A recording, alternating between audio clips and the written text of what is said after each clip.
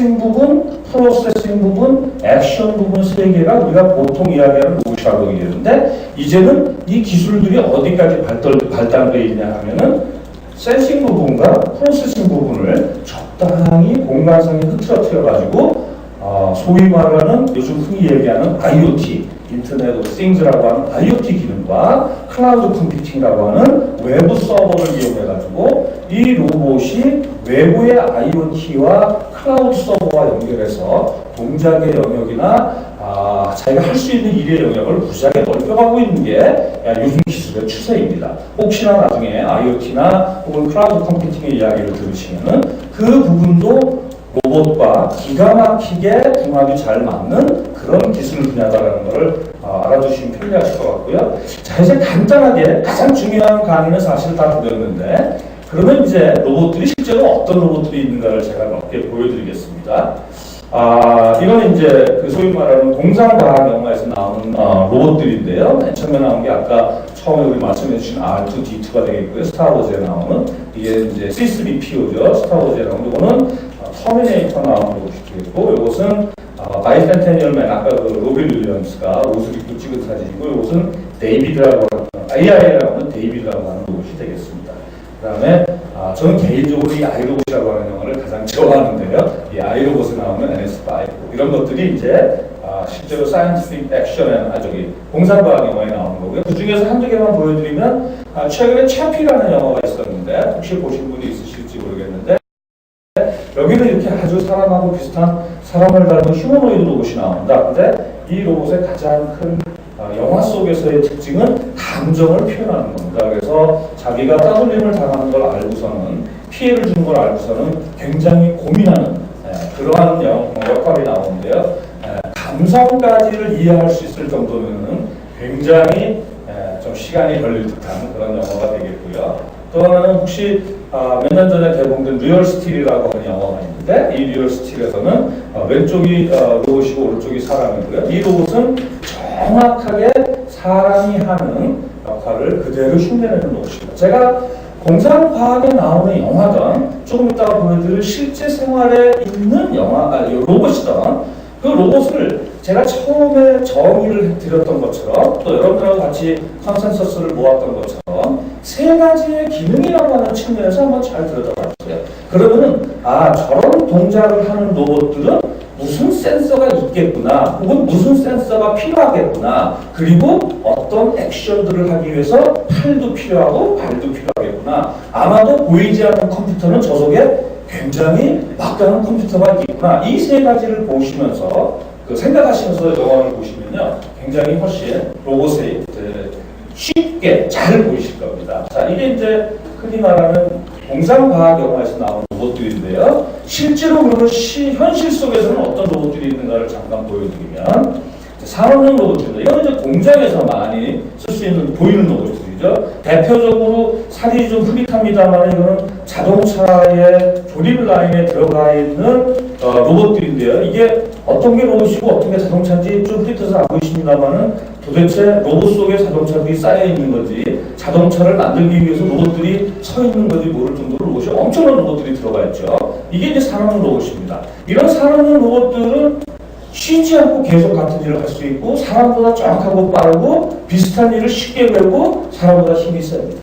근데 이런 기능들 때문에 바로 우리가 대량 생산이 가능해졌고 물건값이 싸지는 거죠. 여러분들 보통 자동차 타고 다니시는 자동차가 이제 클래스에 따라서 좀 값 차이가 많이 납니다만은 평균 삼아서 한 2, 3천만 원이라고 가정해보죠. 그럼 한 2, 3천만 원짜리 자동차를 만약에 이런 로봇들을 이용하지 않고 사람이 일일이 하나씩 다 부품을 구해서 조립해가지고 만든다면 얼마쯤 한번 걸릴 것 같습니까? 어떤 분이 한번 계산을 대충 해봤더니 최소한 1억은 넘게 팔아야 수지가 맞는답니다. 즉 거꾸로 얘기하면 이런 산업용 로봇들의 도움이 없으면은 우리가 지금 많이 쓰고 있는 공산품들, 가전제품도 마찬가지고요. 그 다음에 자동차도 마찬가지입니다. 이런 것들을 그렇게 싼 값에 살 수가 없다는 거예요. 따라서 그런 의미에서 보면 산업용 로봇이 엄청난 기여를 했는데 이 산업용 로봇도 보이기에는 별로 사람하고 전혀 다르게 생겼습니다만 똑같습니다. 이런 일들을 하기 위해서 세 가지 기능, 센싱 기능과 컴퓨팅 기능과 액션 기능을 가지고 있는 것에 불과합니다. 그렇죠? 그 다음에 이런 산업 로봇은 좀 아까 보여준 것처럼 굉장히 무식하게 생겼습니다만 요즘은 요즘 나오는 산업 로봇 사진을 몇 개를 모아보면은 이렇게 사람 닮은 로봇처럼 아주 다양하고 형상도 그럴듯한 산업 로봇들이 많이 나오고 있고요. 그 중에서 제가 몇 개만 보여드리면 요즘 이제 산업 로봇에서 굉장히 인기를 끌고 있는 미국 회사가 만든 마스터라고 하는 로봇이 되겠습니다. 이 로봇들이 일하는 것을 잘 보세요. 보시면은 굉장히 일 잘하네 이런 면에서 보실 수도 있습니다만 딱 세 가지 기능. 쟤는 무슨 센서를 쓰고 컴퓨터는 어차피 들어가 있다고 치고 또 컴퓨터에서 돌아가는 부분은 소프트웨어니까 안 보인다고 치고 그 다음에 액션 부분을 얘는 두 팔을 했고 두 팔도 여기에 손 부분이 있구나. 그 다음에 어디에 있는 걸 보기 위해서 여기에 카메라가 있구나. 이런 것들이 보이실 수 있습니다. 즉 로봇을 보실 때는 어떤 센서들을 썼을까, 어떤 액션들을 할까를 보시게 되면 그 로봇의 성격이나 혹은 특징들을 금방 파악할 수 있겠죠. 산업 로봇이 이런 것들이고요. 요즘 한 회사에서 아주 자기네 회사에 선전을 하기 위해서 재밌는 광고를 만들었는데요. 이 사람이 세계에서 제일 첫째라는 탁구 선수입니다. 이 탁구 선수하고 그 사람하고 이제 그 게임을 하는 그런 동영상인데요. 좀 기니까 잠깐 앞부분만 보죠. 굉장히 잘 치죠. 그렇죠? 네. 근데 얘가 로봇이 이거 하려면 뭐 할까요? 공이 날아오는 거를 보는 어떤 센서가 있겠죠? 카메라든 레이더든 있을 것 같고요. 그 다음에 공이 날아와서 언제쯤 내가 쳐야 되는가를 계산해주는 컴퓨터가 있겠죠. 컴퓨터 굉장히 막강한 컴퓨터가 있겠고요. 그 다음에 공을 때려줘야 되는 여러 판이 있겠죠. 결국은 세 가지입니다. 그 세 가지 기능을 목적에 맞게끔 어떻게 디자인을 해서 만들었느냐가 관건이지 아무리 복잡한 로봇이라고 해도 그 세 가지 기능 이상의 기능을 가지고 있는 것은 없습니다. 따라서 이런 것들이 바로 우리가 로봇을 어떤 목적으로 만들어야 되고 무엇을 디자인해야 되느냐라고 하는 포인트가 이런 것들을 보시면 알 수 있는데요. 요거 재밌으니까 이거 잠깐 한 10초만 볼까요? 대단하죠? 합성인지 진짜인지 잘 좀 확인 안 해봤는데요. 이 정도가. 근데 하여간 재밌습니다만 어쨌든 결국은 세 가지의 기능을 잘 디자인했다라는 거고 그런 상업용 로봇도 공장에서 쓰이는 상업 로봇이 굉장히 높은 수준으로 개발되어 있고요. 그 다음에 이제 우리가 흔히 얘기하는 특수 목적 로봇들 혹은 전문 서비스 로봇이라고 하는데 여러 가지 것들이 있습니다. 이런 전문 서비스 로봇이라고 하는 거는 전문가를 보조해서 인간의 능력을 향상하거나 초월하는 데 쓰고 있습니다. 예를 들어서 수술 로봇을 병원에서 굉장히 많이 쓰고 있는데요. 수술 로봇을 왜 쓰느냐? 수술 로봇을 쓰면 수술 로봇이 스스로 혼자 알아서 사람은 빠진 채로 수술하는 것은 아니고요.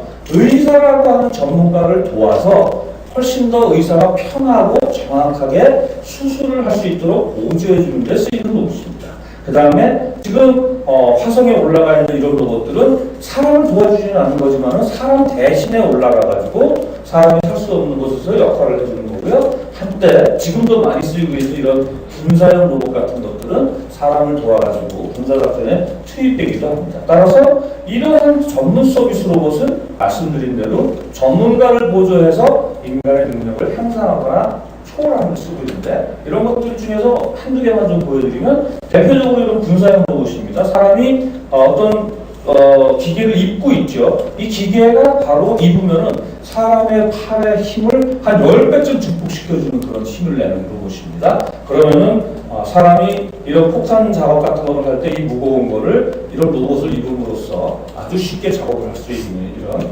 힘을 증강시켜주는 로봇도 있고요. 그 다음에 좋은 목적으로 쓰일 때는 이분이 그 스키 선수예요. 스키 선수인데 타다가 이제 넘어져가지고서는 추락을 해가지고서는 척추뼈가 다 나가가지고 이렇게 휠체어를 탈 수밖에 없는 게 됐는데 이분들이 이렇게 간단하게 착용을 하고 혹시나 하는 위험 때문에 지팡이를 짚으면은 수술하기 전에 사고 나기 전처럼 걸어 다닐 수 있도록 이런 로봇을 이런 기능을 해주는 로봇들 굉장히 아주 훌륭한 그런 로봇들이 되겠죠.